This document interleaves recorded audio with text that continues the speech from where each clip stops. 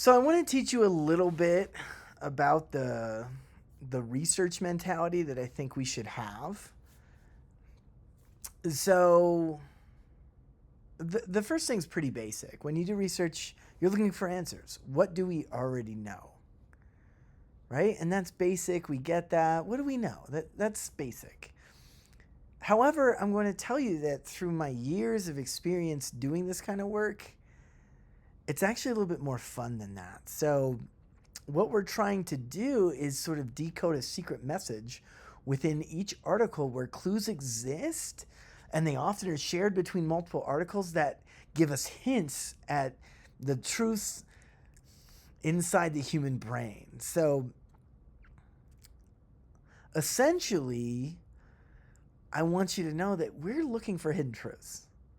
And from those hidden truths, we're looking for breakthroughs. From those breakthroughs, we're looking to help society heal from its pain. It's like that's how important this stuff is. We go from looking for answers to finding the hidden truth of humanity. Now, how do I find these messages? One of my basic methods is just cause effect arrows. So,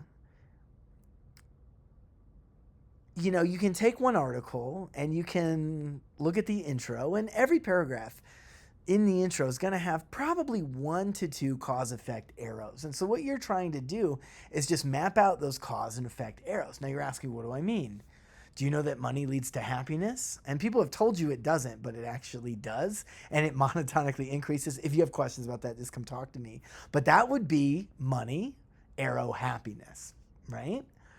And let's say I read some more stuff. Why does money lead to happiness? Well, money leads to leisure. Leisure leads to free time. Free time leads to happiness. Money, arrow, leisure, leisure, arrow, free time, arrow, happiness. Maybe free time, arrow, positive affect, arrow, happiness, right? So that's kind of one of the things I'm going to teach you, not today, but I ultimately do want you to know, like, we're looking for these hidden messages. Inside these hidden messages is truth. Inside this truth is social change. Now, whichever one of those energizes you, like for me, I was literally just looking for the puzzle. Like when I was in your position, I was just like, how does the human mind work? What do we know? What can I learn by looking at multiple articles together? And I'm looking through these arrow diagrams through my career. I found some interesting hidden truths. But I just want you to know, like, if you're like, what am I doing? You're looking for hidden truths that will allow you to understand human nature. And these hidden truths are unsaid truths. They're not just like in the article, they're between the lines. So today, this is the mentality you need to have. Like, I am searching for something important. I'm trying to find these hidden things.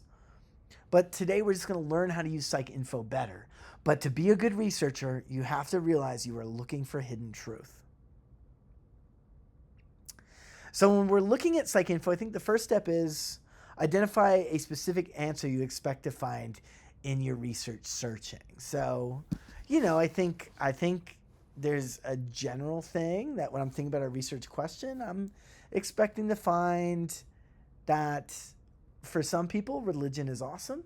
And for some people, religion leads to pain. I think that's a foundational citation that I'd expect to find, but I don't know if it exists.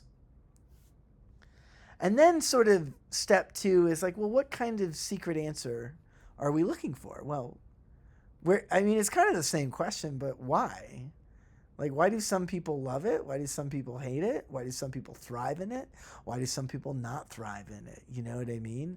What are the good, I'm looking for that. What are the good components that will allow spirituality and religiosity to fill a person with meaning and psychological well-being and all the good stuff that religiosity can bring. Also, at the same time, how do we limit some of the stuff we're calling quote-unquote toxicity? I do think it's important to think about what would the breakthrough be. The breakthrough would be, there's many, but a breakthrough would be like, how do we ensure that, in a power system, in a general power system, right, all people are benefiting from religion in the maximum ways while also minimizing the harm and pain that comes from right? Structures with power and hierarchy and things of that nature. So finding a solution, right? Finding a way that, people can really experience the benefits of spirituality and religiosity, which there are many, provides meaning, provides well-being, is linked to happiness, but not for all. Understanding how to bring that to all and to get people on board to bring it to all. I think those would be some major insights. But that's just kind of like the mentality I have. What is a relationship, between religion and quote unquote toxicity? Kind of like our research question, or like, various aspects of that research question. And then what are we searching for? What is the Holy Grail in this specific research question?